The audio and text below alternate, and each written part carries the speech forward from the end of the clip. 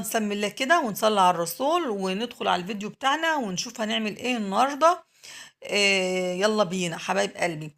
معايا هنا كيلو ونص من البدنجان القاروص، الاسمر الجميل ده ابو قلب ابيض. تمام. طيب اما بنيجي نشيل العرش بتاعه بقى، بنشيل العرش او العنق بتاعه زي ما بتقولي من فوق كده.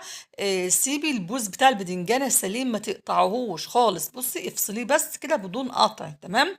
وهنا بدنجانية كده سبتها عشان اقول لك بنشقها ازاي.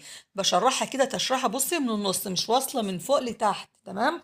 ما بجيبهاش من فوق لتحت، هي بس تشريحه صغيره كده بجيبها في النص بس. واهم حاجه كمان نوع البدنجان وانت بتشتريه. تمام. ومعايا كمان بنجرايه حلوه كده لزوم الشيء. هنا كمان حطيت حله كده على النار كان فيها رتل ونص من الميه. نزلت عليها بمعلقه من الملح، وهنزل بالبنجرايه بتاعتنا كده الجميله. وكمان هننزل بالبدنجان بتاعنا اللي احنا